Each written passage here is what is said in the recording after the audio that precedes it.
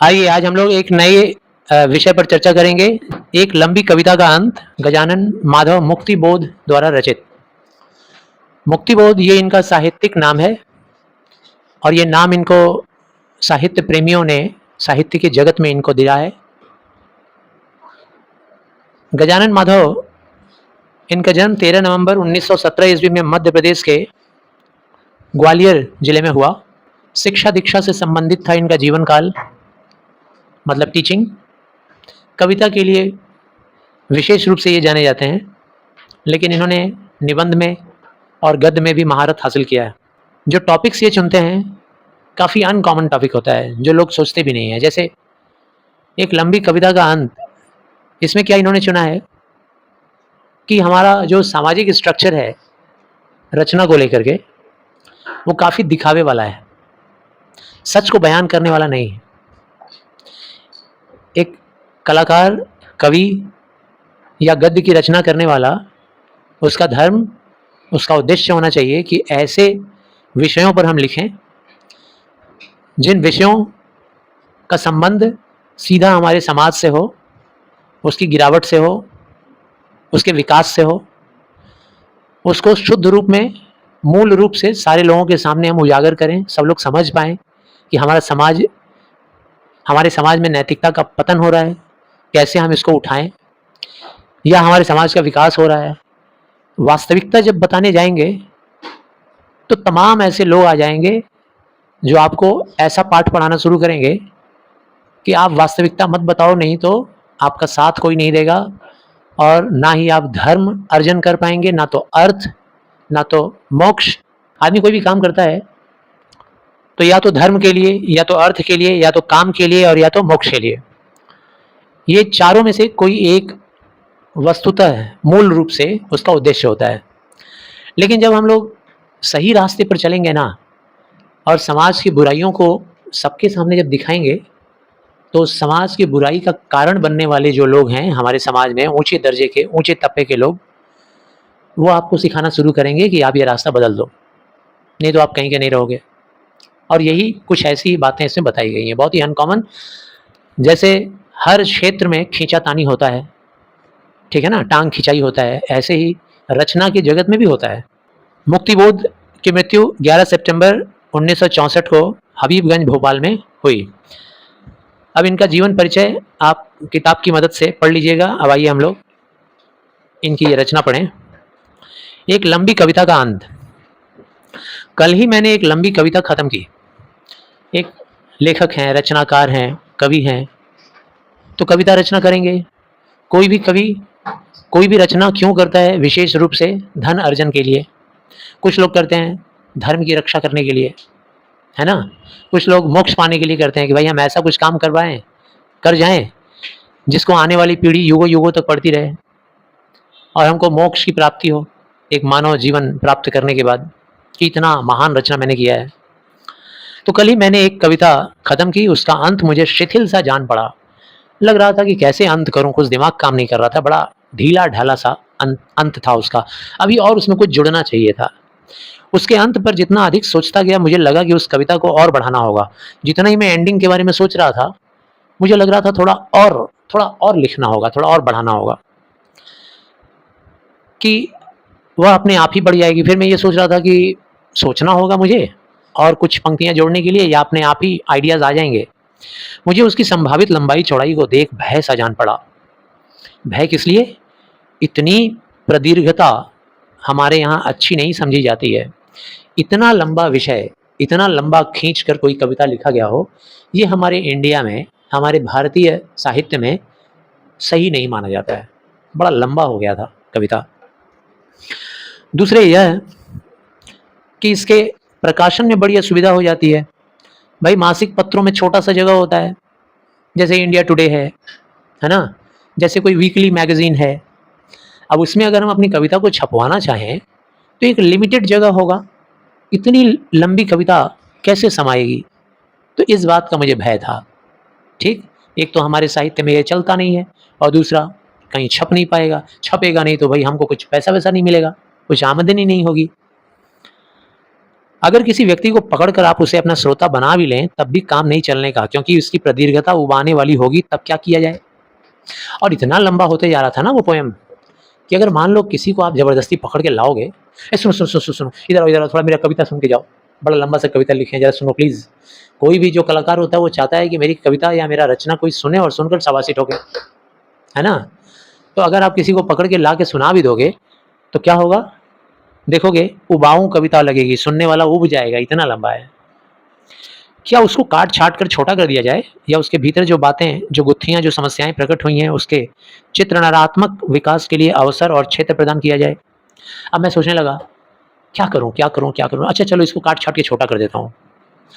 छोटा कर दूंगा तो फिर उसके अंदर जो हम फैक्ट्स डाले हैं, जो गुत्थियां हमने सुलझाने की कोशिश की है, फिर वो यूं का यूं रह जाएगा, दुनिया के सामने प्रकाश नहीं कर पाएंगे। और या तो दूसरा उपाय है कि क्लियरली डिस्क्राइब करता हुआ नजर आए ये हमारा पोएम, उस टॉपिक को, उस विषय को, उस तथ्य को, और लंबा इसको होने दें। क्या करें, सोच रहा था। दूसरे शब्दों में, क्या मेरी कविता के अंतस तत्वों को विकास का अवसर दिया जाए? क्या मेरी कविता को विकास करने का अवसर दें, क्या कि होने दो, जितना लंबा होए भरते जाओ।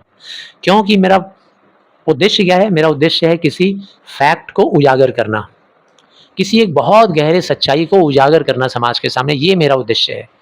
इसके लिए तो और विकसित करना होगा। मैं उसको विकास और प्रसार का अवसर देने के पक्ष में हूँ। कोई मुझसे अगर पूछे तो भाई मैं तो काट छाट नहीं करना चाहता, मैं तो चाहता हूँ कि इसका विकास होए, थोड़ा लंबा होए, क्या फ़र्क पड़ता है, लंबा ही होए और बड़ा होए। आज मैं महीने भर से उस कविता के चक्कर में पड़ा हुआ हूँ, या यूँ कहिए कि वह कविता हाथ धोकर मेरे पीछे पड़ गई है। महीना भर हो गया, पीछा नहीं छोड़ रही है, ख़त्म होने का नाम नहीं ले रही है। बीच बीच में लोगों के पत्र आते रहते हैं, पिताजी के, मित्रों के, कुछ अपरिचितों के भी आते हैं, मेरे फैंस वगैरह जो मेरी कविताएं पढ़ते हैं। लेकिन मैंने कुछ नहीं किया, किसी का जवाब नहीं दिया मैंने। मैं सिर्फ और सिर्फ अपनी उस कविता पे डेडिकेटेड हो गया हूँ, उसी कविता का एंडिंग करने में लगा हूँ। जब लगा कि लोग बहुत बुरा मान जाएंगे, मेरे पापा नाराज़ हो जाएंगे, भाई दोस्त, तब मैंने क्या किया, जब मैंने देखा कि भाई वो लोग हमको गाली वाली देना शुरू कर देंगे, जवाब नहीं देता है, उनसे मेरे संबंध बिगड़ जाएंगे, जब मैंने ऐसा सोचा तब मैंने कलम ली और दो दो शब्द लिख डाले सभी को। ठीक हूँ, टेंशन की बात नहीं है, अभी एक बहुत इंपॉर्टेंट कविता के एंडिंग करने में लगा हूँ, कृपया हमको डिस्टर्ब ना करें, बाद में बात करूँगा। दो दो बातें लिख लिख के चिट्ठी भेज दिया। इधर वह कविता मेरा पिंड नहीं छोड़ रही है, पिंड मतलब भाई पीछा नहीं छोड़ रही है। अगर वह कविता भावावेशपूर्ण होती तो एक बार उसकी आवेशात्मक अभिव्यक्ति हो जाने पर मेरी छुट्टी हो जाती। अब ध्यान से सुनना, ये सब भारी भरकम शब्द, भावावेशपूर्ण। अगर मेरी कविता में कोई खास एक भाव होता, तुम्हारे मन में जब भाव होता है तो हम लोग क्या करते हैं, उस भाव को बक देते हैं किसी के सामने, नहीं बक पाते हैं तो गुस्सा होके चिल्ला देते हैं, या दुख वाला भाव है तो रो के आंसू के जरिए निकाल देते हैं, बस कहानी खत्म 2 मिनट में। या तो भड़क के चिल्ला दो या तो रो दो, भाव खत्म। तो भाव वाला अगर कविता रहता तो थोड़ी ही देर में खत्म हो जाता, थोड़ा सा लिखने पे ही खत्म हो जाता। भाव वाला तो है नहीं, लेकिन वैसा हो सकना असंभव है, क्योंकि भावावेश किसी बात को लेकर होता है, वह बात किसी दूसरी बात से जुड़ी होती है, दूसरी बात किसी तीसरी बात से जुड़ी होती है। लेकिन मैं जो कविता लिख रहा हूँ, मेरा ये कविता, ये किसी यथार्थ से जुड़ा हुआ है, किसी सच्चाई से जुड़ा हुआ है, कोई एक विषय वस्तु से जुड़ा हुआ है। जब उसके बारे में बात करेंगे ना तो उसका कॉज बताएंगे, फिर कॉज का इफेक्ट बताएंगे, फिर सोल्यूशन बताएंगे, फिर एक टॉपिक दूसरे से जुड़ा है, दूसरा तीसरे से जुड़ा है, बढ़ते जाएगा बढ़ते जाएगा बढ़ते जाएगा। इसी तथ्य को मैं यूं कहूँगा, यथार्थ के तत्व परस्पर गुम्फित होते हैं। जो यथार्थ होता है ना, मेरे जैसे जो कवि लोग जिस टॉपिक पे लिखते हैं, यथार्थ पे, सच्चाई पे, वो गुम्फित होता है। गुम्फित मतलब बहुत ही गुथा हुआ होता है, सजाया हुआ, गुथा हुआ। साथ ही पूरा यथार्थ गतिशील होता है। जो सच्चाई होती है वो गतिशील होती है, वो स्थिर नहीं होती है भाई कि यूं स्टार्ट किया और यूं खत्म कर दिया। लिमिटलेस होता है, गतिशील, न जाने कहाँ बढ़ते जाएगा, फैलते जाएगा उसका मैटर। अभिव्यक्ति का विषय बनकर जो यथार्थ प्रस्तुत होता है वह भी ऐसा ही गतिशील होता है। अब चूंकि टॉपिक गतिशील है, टॉपिक मतलब समझ रहे हो ना, जैसे मान लो मुझे बात करना है ईमानदारी पे, तो ईमानदारी का कारण क्या है, ईमानदारी का प्रभाव क्या है, ईमानदारी करने के लिए क्या क्या स्टेप लेना चाहिए, ये सब कितना गतिशील है, वोलेटाइल है। देखो आगे बढ़ते जा रहा है, फैलते जा रहा है अदरक की तरह चारों दिशा में। किस पॉइंट को काटोगे, किस पॉइंट को छोड़ोगे, किस पॉइंट को लिखोगे, सब लिखना पड़ेगा। कविता लंबी होती चली जाएगी, ऐसा विषय होता है मेरा। और इसीलिए मेरा जो एक्सप्रेशन होता है ना, अभिव्यक्ति का विषय बनकर जो यथार्थ प्रस्तुत होता है, अभिव्यक्ति मतलब एक्सप्रेशन, वो भी गतिशील हो जाता है और उसके तत्व भी परस्पर गुम्फित हैं।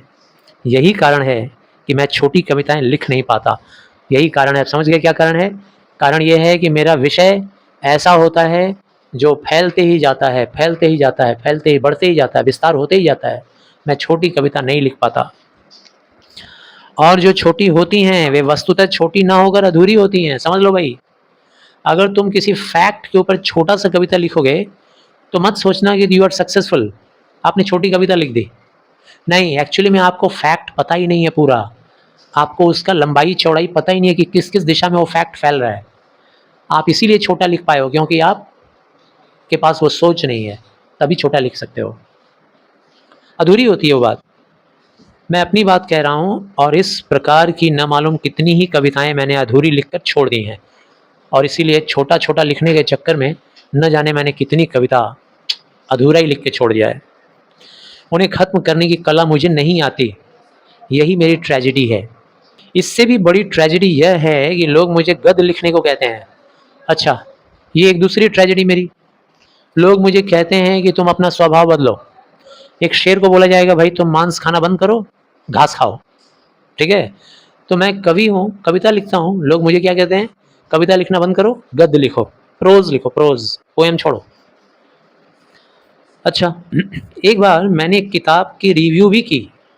किताब की रिव्यू, जैसे तुमने कोई किताब लिखा, अब उस किताब को मैं रिव्यू करूँगा, क्रिटिकली एनालाइज करूँगा, इसमें क्या सही है, क्या गलत है, तुम्हारा अप्रोच कितना राइट है, तुमने कैरेक्टर चुना है, कैसा चुना है, तुमने प्लॉट कंस्ट्रक्शन कैसा किया है, कितना ज़बरदस्त इसका क्लाइमेक्स है, तो ये सब रिव्यू में आता है। तो मैंने एक बार एक किताब का रिव्यू किया, वो अभी ऊपर से दबाव आने पर, काफ़ी लोग दबाव कर रहे थे, मुक्तिबोध प्लीज़ एक रिव्यू कर दो ना एक किताब का। मैंने कर दिया। देखता हूँ क्या, रिव्यू के लिए किताबों पर किताबें आने लगी भाई। सारे लोग मेरे पीछे पड़े थे गद्य लिखने के लिए, तो लो एक लिख दिया रिव्यू, तो अब कितना रिव्यू आना शुरू हो गया। अब आप जानते ही हैं सच्चाई पर किसी न किसी हद तक बंदिश लगी ही रहती है, इसीलिए रिव्यू करना आगे से खेल करना है। अब रिव्यू हमको अच्छा नहीं लगता है लिखना, क्यों? क्योंकि जो किताब लिखा है वो कभी चाहेगा कि मेरी बुराई हो। वो चाहेगा कि भाई साहब अगर कुछ ऐसा आपको सच नज़र आ जाए जो समाज के लिए गलत हो तो थोड़ा उसके ऊपर बंदिश लगा दीजिएगा, थोड़ा दबा दीजिएगा मामले को, मेरा धज्जी मत उड़ा दीजिएगा रिव्यू लिख करके। ये तो मुझसे नहीं होगा, मैं तो भाई सच लिखता हूँ। अब रिव्यू लिखना भी बंद कर दिया मैं। एक किताब का रिव्यू लिखा था, वो भी बंद। मेरे कृपाशील अधिकारी गण, वे मेरे प्रगाढ़ मित्र भी हैं, लेकिन लेखक नामक कार्यशील व्यक्ति को जंतु समझते हैं। अब देखो, मेरे कुछ अधिकारी दोस्त मित्र भी हैं, अच्छे दोस्त हैं मेरे, लेकिन वो लोग लेखक लोगों को क्या समझते हैं? जंतु समझते हैं, जंतु। भाई उनके जैसा तो मैं रोजगार करता नहीं हूँ, उनके ऐसा आमदनी मेरा नहीं है, उनके ऐसा मेरा पावर नहीं है, अथॉरिटी नहीं है। लेखकीय कार्य के प्रति उनकी अनास्था इस आस्था से निष्पन्न हो गई है। अच्छा, लेखक या लेखक के काम के प्रति उनकी बहुत अनास्था है। अनास्था है मतलब एकदम विश्वास नहीं है कि ये काम अच्छा है। और ये किस वजह से हुई है भाई? इस आस्था से उत्पन्न हुई है, इस विश्वास से वो अविश्वास पैदा हुआ है कि मनुष्य को अपनी आर्थिक और भौतिक उन्नति के लिए ही कार्य करना चाहिए, जिसमें अच्छा रोजगार हो, बहुत कमाई हो। वो काम नहीं करना चाहिए जिसमें कमाई ना हो। इसलिए साल में अगर 4 किताबें लिख कर 4-1 हज़ार की आमदनी नहीं की तो क्या किया? इसलिए मुझे सलाह दी गई कि मैं उपन्यास लिखूं और अपना दलिद्र मिटाऊं। मेरे ये दोस्त लोगों ने, जानते हो मुझे क्या सलाह दिया? ए मुक्तिबोध, क्या कर रहा है बे यार, तू ये सब लिखना उखना बंद कर, कविता लिखने से कुछ नहीं होगा, तू उपन्यास लिख, मुंशी प्रेमचंद के जैसा उपन्यास लिख, तो तेरा दलिद्र भी मिट जाएगा। दलिद्र मिटना मतलब गरीबी, गरीबी मिट जाएगी। अच्छा, इन्हीं लोगों के टीम में मेरी स्त्री भी है। पत्नियां क्या चाहती हैं भाई? मेरा पति स्ट्रांग हो। स्ट्रांग मतलब बॉडी में नहीं, पैसा में, पैसा में स्ट्रांग हो। हर पत्नी यही चाहती है कि उसका पति पैसे वाला हो, पैसे वाला होगा तो इज्जत होगा, सम्मान होगा। मेरी स्त्री टेबल के पास आकर खड़ी हो जाती है जब जब मैं कविता लिखता हूँ, और उदास होकर मुझसे कहती है, तुम क्या कर रहे हो? अच्छा कविता, इस पर कितने रुपए मिलेंगे कविता लिखोगे तो? अब मैं यह सोचता हूँ कि कलम घसीटते हुए मेरे बाल तो सफ़ेद हो ही गए हैं, मेरे जीवन का यह अंतिम कार्यकाल चल रहा है, तो क्यों न मैं अपनी कविताओं का संशोधन परिशोधन करके उन्हें प्रकाशन योग्य रूप दे दूं। भाई सारे लोग पीछे पड़ गए हैं प्रोज लिखवाने के। अब घिसते घिसते कलम बुढ़ा हो गया, बाल बाल सब पक गया, तो अब मेरा राइटिंग करियर का अब एंडिंग होने वाला है। तो चलो ना, जितना पोइट्री मैंने आज तक लिखा है बढ़िया से उसका संशोधन करूं, इस लायक बना दूं कि वो पब्लिश हो जाए। पब्लिश हो जाएगा तो कुछ पैसा मिल जाएगा। लेकिन ये कविता है कि हाथ पांव पसारती जा रही है मेरी ये कविता, हाथ भी फैला रही है, पैर भी फैला रही है। बाप कितना लंबा चौड़ा जाएगी भाई। और अब सुना है कि मुझे जल्दी ही एक कुंजी लिखने का काम मिलेगा। कुंजी मतलब गाइड बुक है ना, कविताओं का एक्सप्लेनेशन करना है, प्रोज का एक्सप्लेनेशन करना है, अब ये काम मिलेगा। मेरी आर्थिक कठिनाई कुछ तो हल हो ही जाएगी। चलो गाइड बुक वगैरह लिख देंगे तो थोड़ा तो पैसा मिल जाएगा ना, घर का खर्च चलाने लायक। इधर मम्मी पापा भी आ रहे हैं, ज़रूरी है कि मैं लाभजनक कार्य हाथ में ले लूँ।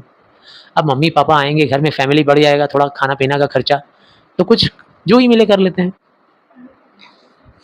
लेकिन बुरी बात तो यह है कि मुझे एक काम से दूसरे काम पर जाने में तकलीफ़ होती है।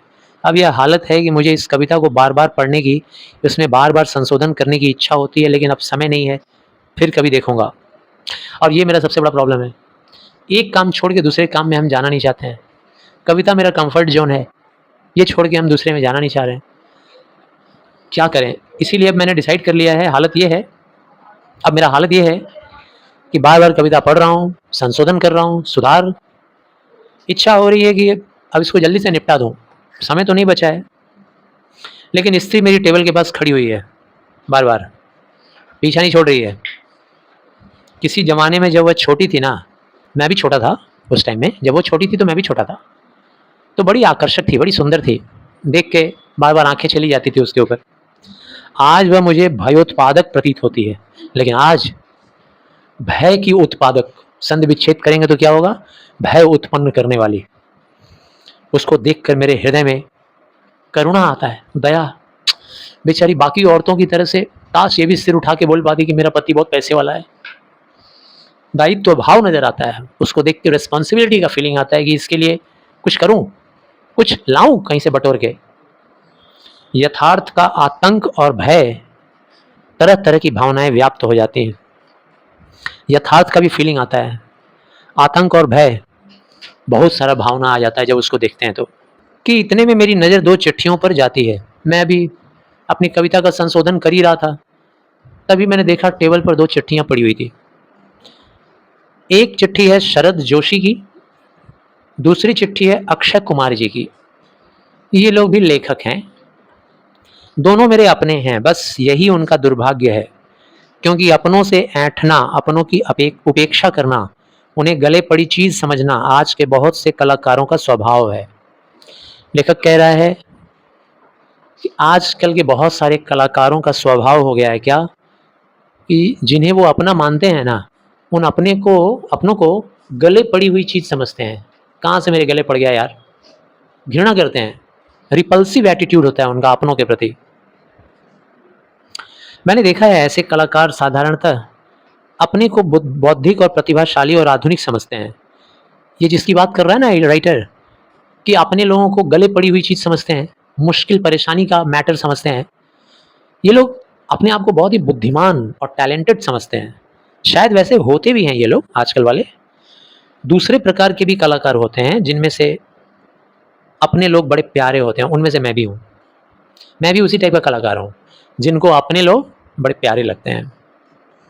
उनका यह हिसाब होता है कि अगर कोई कवि उनका दोस्त हुआ तो वह निस्संदेह ऊंचा और अच्छा कवि तो हो ही गया, किंतु यदि कोई लेखक यदि किसी दूसरी या तीसरी प्रकार की मंडली में रहता है या नहीं भी रहता है, लेकिन उनसे अलग है, तो यह धारणा बनाने की प्रवृत्ति सबल हो जाती है कि वह यूं ही लिखता है, बेकार लिखता है।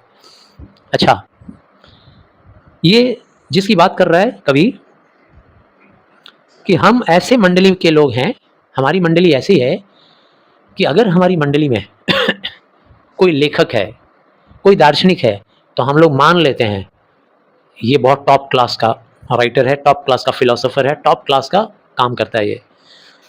ऐसा ही फिलोसफर, ऐसा ही राइटर, ऐसा ही लेखक, कवि अगर किसी दूसरे मंडली, दूसरे ग्रुप में है, अच्छा है मान लो, तो हम लोग क्या मानते हैं, वो यूं ही लिखता है, बेकार का है, फालतू। इस प्रकार की मंडलियों में जो चीज चलती है एक सीमित क्षेत्र में, वही श्रेष्ठ और वर्णीय दिखाई देती है। उनके वे सब अपने हैं, सगे हैं, इसलिए वे श्रेष्ठ भी हैं, उत्तम भी हैं, अच्छे भी हैं। किस प्रकार की मंडली की बात कर रहा है, खुद के वाली मंडली की बात कर रहा है, जिस मंडली का वो खुद है। मेरी मंडली के लोग क्या करते हैं भाई, इनका लिमिटेशंस है, एक बहुत छोटा सीमित परिवार जैसा ग्रुप होता है। अब उस ग्रुप के अंदर कोई भी अगर श्रेष्ठ हो गया ना, वर्णीय दिखाई दे दिया, वर्णीय मतलब योग्य दिखाई दे दिया, तो वो अपने सगे जैसा लगने लगता है, वही श्रेष्ठ लगता है, वही उत्तम, वही अच्छा लगता है। एक पैराग्राफ और पढ़ लो। दूसरे शब्दों में, एक विशेष प्रकार के लोग यदि अपनों से ऐंठ कर उनकी उपेक्षा करते हैं, तो दूसरे विशेष प्रकार के लोग उन्हीं में रहकर उनमें प्रचलित स्तरों की कसौटी समझकर कीर्ति प्राप्त करने की कोशिश करते हैं। यह भी संभव है यह घरे बाहरे की समस्या हो, यानी कि जो अत्यंत आत्मीय हो उन्हें यूं ही समझा जाए, और जो पराये हैं, परकीय हों, उन्हें अपने आकर्षण, विश्वास और श्रद्धा का आस्पद माना जाता है। कवि कहना चाह रहे हैं मुक्तिबोध, ऐसा भी कुछ ग्रुप है, जैसे मैंने कहा ना, मैं उस ग्रुप में हूँ जिस ग्रुप के लोगों की क्या आदत होती है कि अगर कोई अच्छा कवि है, कोई श्रेष्ठ इंसान है, तो वो योग्य लगने लगता है, अपना लगने लगता है, विशेष लगता है। ऐसे ही दूसरा ग्रुप भी है, दूसरे ग्रुप के लोगों को क्या लगता है, हमारे ग्रुप वाला गया गुजरा है ना, जो अपने दोस्तों को अपना गला पड़ा हुआ चीज़ समझते हैं ना, मुश्किल, परेशानी, झंझट समझते हैं अपने दोस्तों को, ऐसे लोगों की बात कर रहा है कवि। कह रहा है कि ऐसे लोगों को क्या लगता है कि जो हमारे ग्रुप के लोग हैं वो गया गुजरा है, उससे कोई क्वालिटी नहीं है, और वही क्वालिटी अगर दूसरे ग्रुप के मंडली के बीच में है तो वो उनको अच्छा लगने लगेगा, वो उनको लगेगा कि वो श्रेष्ठ है, वो बेहतर है, वो बहुत ही योग्य है, ऐसा लगता है। तो दो ग्रुप हैं। वीडियो काफ़ी लंबा ना हो जाए इसीलिए इसका दूसरा पार्ट और तीसरा पार्ट भी बनेगा, ये पहला पार्ट यहीं पे एंडिंग। Thank you.